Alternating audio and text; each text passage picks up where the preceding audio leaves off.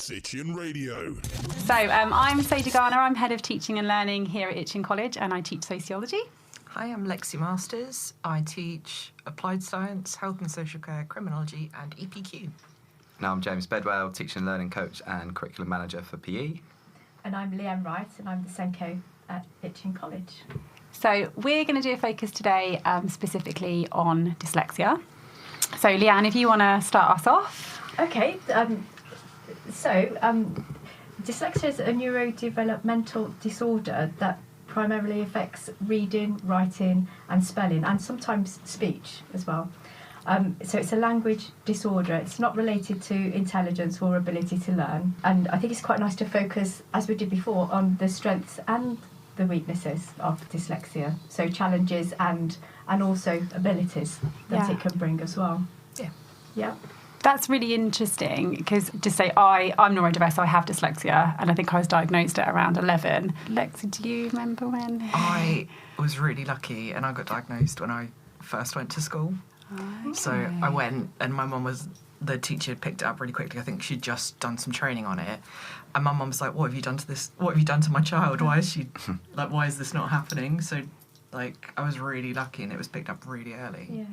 And I noticed that if I'm really tired, that the word doesn't come, or I say the wrong word.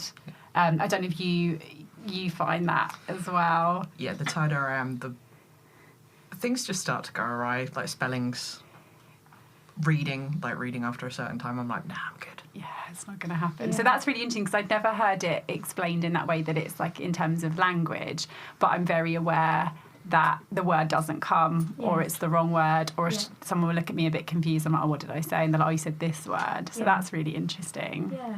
So some of the signs we might look for, or as teachers or in class, and again, obviously say if this is what is for you too. So it might be difficulty decoding words. So when we're reading, that we may see that, or also slow or inaccurate reading. If someone's reading aloud, we might hear that they've read the word incorrectly or put in a different word. Also issues with spelling. That's we may see that, and also struggles with phonological awareness. So not hearing those sounds or not being able to produce those sounds.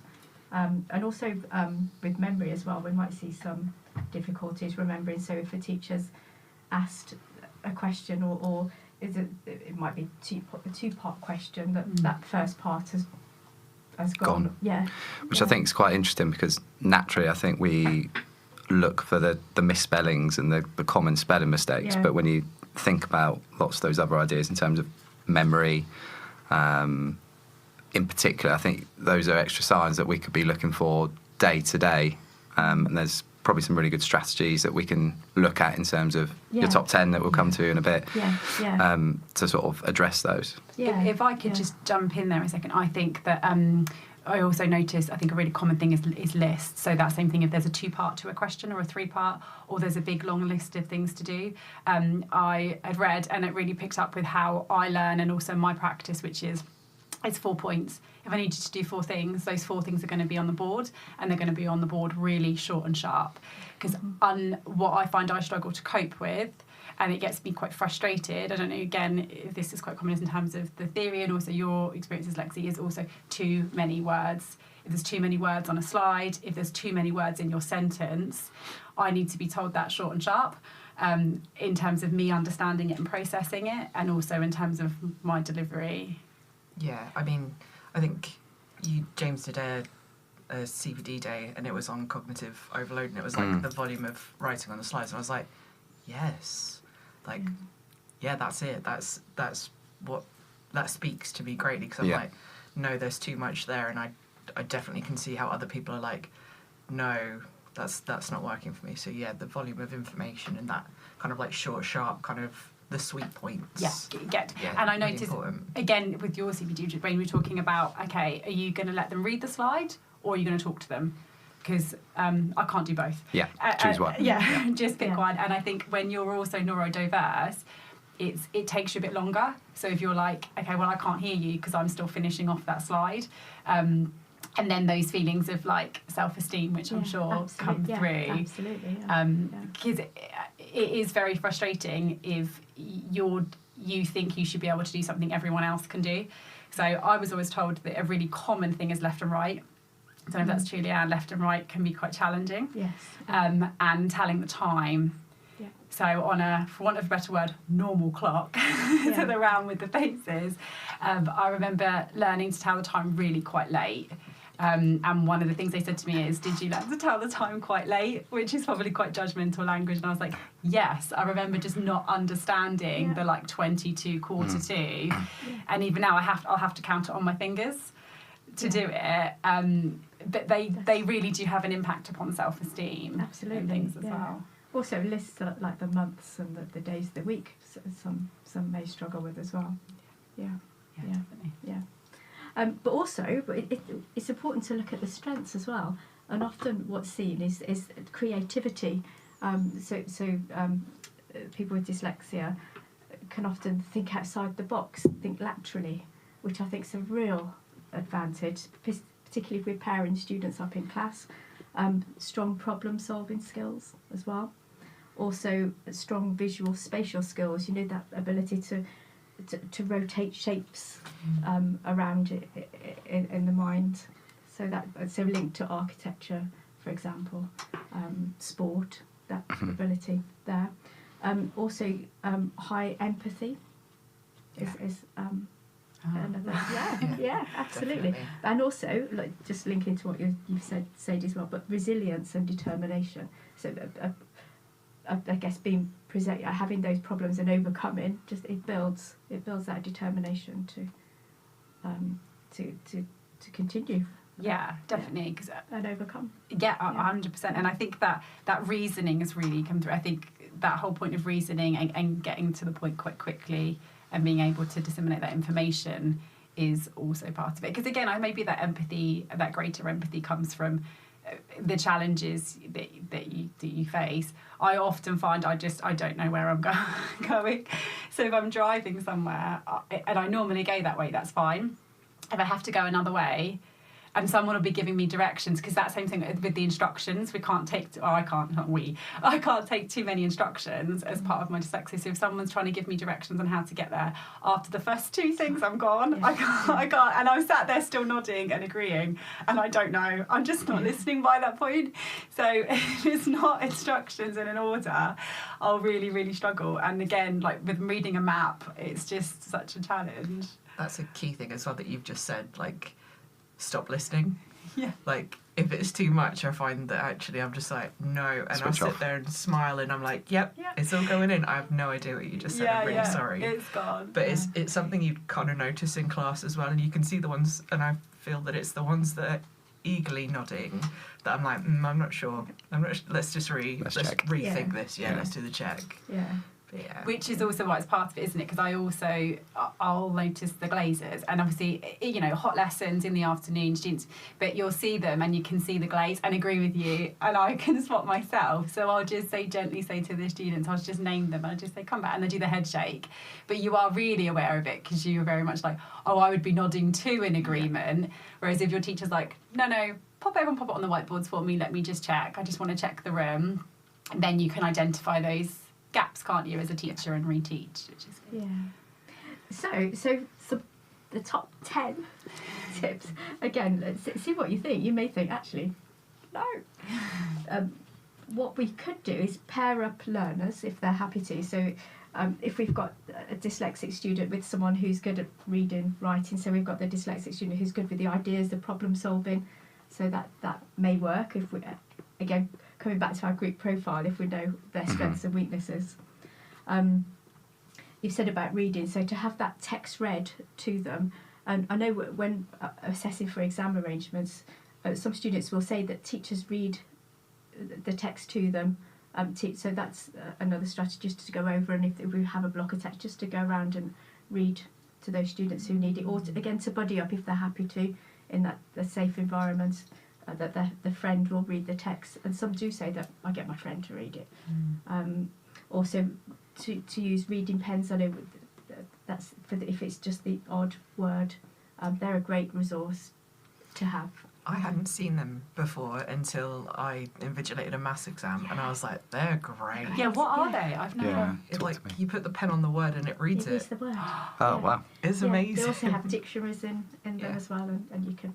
Yeah. Because you can very easily and quickly see the wrong one. Yeah. And it's quite a damage in an exam setting. And if you're tired or you're stressed or you're trying to quickly read something, Which you could be doing in an exam. yeah, absolutely. Yeah. Oh, that's amazing. Yeah. Okay, that's really useful. Also, and to use computer readers. I guess we've tried just to promote that independence. If students want to maintain that in working by themselves, then we can introduce those. Also, again, coming back to what you said about avoiding asking students to read out if we know they're going to struggle with that, or copy from the board. Again, that copying while the teacher's talking, it's overload. That's a lot. So maybe again, we're good at using Google Classrooms here and having everything for the students to read themselves or with a computer reader before class. And I would just stress, because I'll do a lot of writing on the board and explaining, but I would just stress that what you're writing is exactly what you're saying. Yeah. And the definition is always the same and it does not change, because what I find is, well, why is that different to that, and why is that different to that? It should always be exactly, I know it should always be exactly the same. Yeah. And that idea of flipped learning as well, so that they come in prepped. That works well. Yeah. Yeah. No, that's a good idea. Yeah. Also, we've said about questioning. So if we are asking a question, ask the class to maybe jot it down, like everyone, so that they don't forget that question, or hand it out written or on the board as well as asking. And I think that maybe that whole thing of when we're talking about thought ratio, so coming back to previous things where we're saying to the room, right, I'd like to know what this is. And then we do our wait time. So the whole room knows that we think, and then you repeat the question. So I want to know what this is. They've all got an appropriate wait time. I think that whole thing with that processing is we generally have a rule, don't we, at college, that we have a 10-second wait time. So they've got enough thinking time to process the question.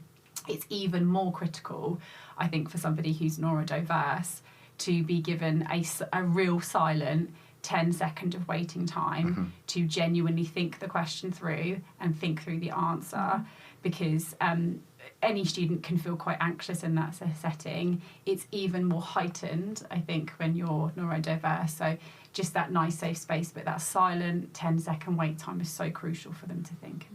Yeah. I think building on that, and sometimes on reflection, I think potentially I'm guilty of this, but when we get students to turn and talk with a partner and they're discussing maybe 2 or 3 ideas that they're going to feed back to the room, but actually before they do feedback, okay, you've discussed, but maybe note them down on your whiteboard, because as we start to cold call and bounce some ideas around the room, and maybe I've cold called or students asked another student to answer a question and they've discussed, I know they've got answers, but then they're going, what did we discuss again?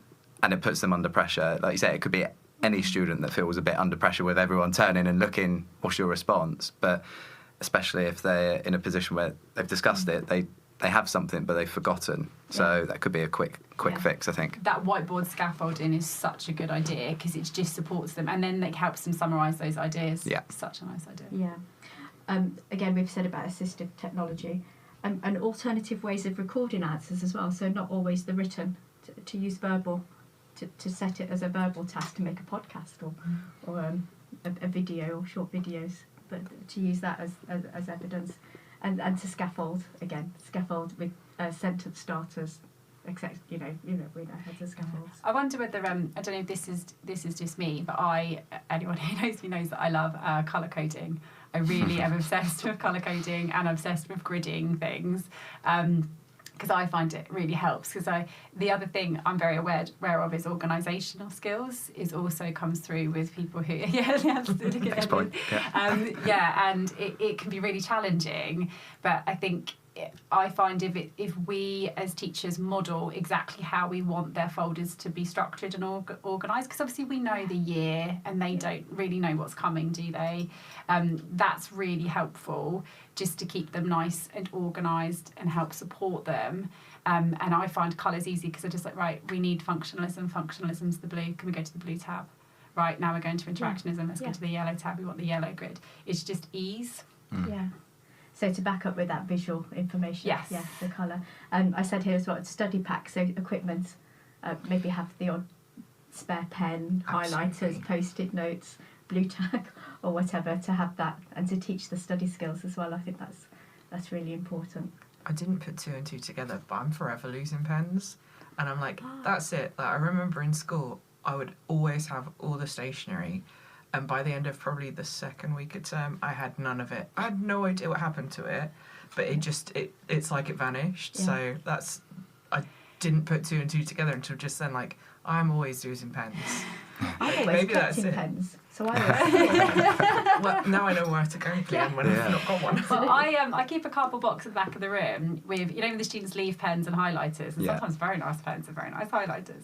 So I leave them all in the cardboard box. So I'll just say to the room, because obviously we want them to be equipped, but equally everyone forgets a pen. And also real part of that neurodiverse is sometimes having the wrong folder and things like that. It's that really kind of calm approach where you've got spares at the back and you've got a few spare pens and just go, it's fine, just go get one. Just go get one. If you haven't got a pen, things happen, just go get one. So, yeah, that's it just helps, doesn't it? It helps distress them. Yeah, and again, giving that extra time because of fatigue, because learning can be hard. There's a lot of effort put into that concentration, but to give that extra time all round. And finally, to have lists of the technical vocabulary for each subject. I think that's a good idea, or maybe a glossary of definitions to have that available at all times, so they're not having to think about those spellings, like in sociology and science, in sport, that everyone has their own key words. So to have them printed out maybe for learners. Right. Same with I try not to project too much on the students, but if they'll do a crossword, so I absolutely despise crosswords. I think you can understand why. Because it's just that I know the word, but I can't fit it in those boxes. So I'll put up whatever the terms are in the crossword. It will always be from our yellow gridded spec, and I'll put them up so that if they know the answers, the actual spellings is there, so it scaffolds for them and it's supportive. And it just means because there is something in as well, not being able to fit it in, having to scribble it out, having to add a box or take a box away, that also feels quite...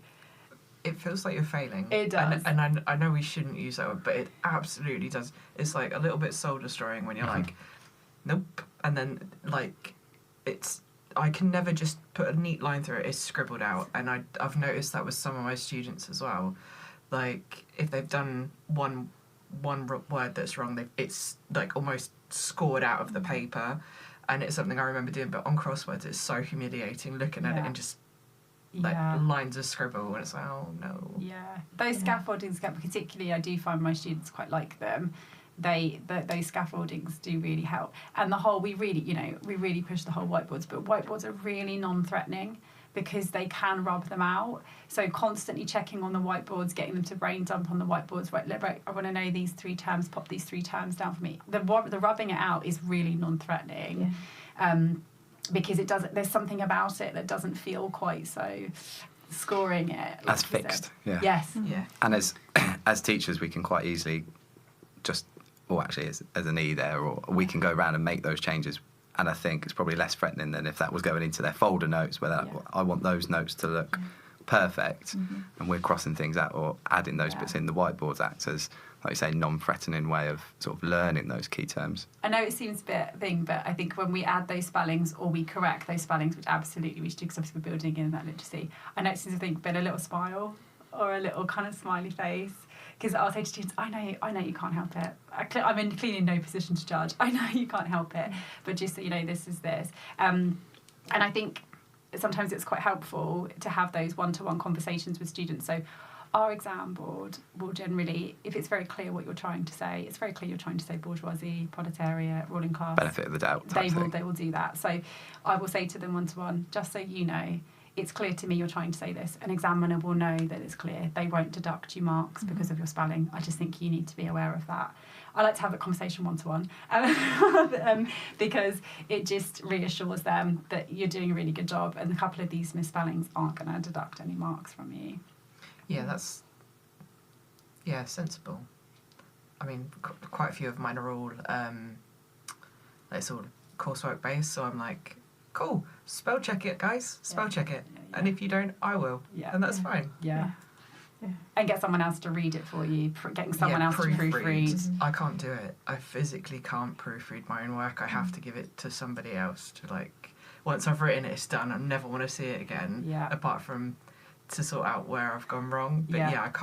I can't read it again. Like, once it's out, it's done. Like, And I think there's something in preparing them, because I think in my personal life, anyone reads things for me, and then in my professional life in our office, I'm just like, can somebody just check this email before I send it? So it is also teaching the students, like, it's perfectly fine, just let me check it, let somebody else check it. So I would never send an email without someone else checking it before I send it. I've got a Word document that's literally called email draft, and I write it in there, spell check it, and then I paste it into my email. Yeah. But that wouldn't be a bad idea, where you're saying about getting another student to read that back, in terms of checking, thinking more vocational courses. Yes. Here's an assignment you're going to upload. It's an analysis. It's an evaluation. Quickly swap computers. Yes. Swap Chromebooks. Read it through. Highlight anything that you're not too sure about. Highlight anything you could feed back.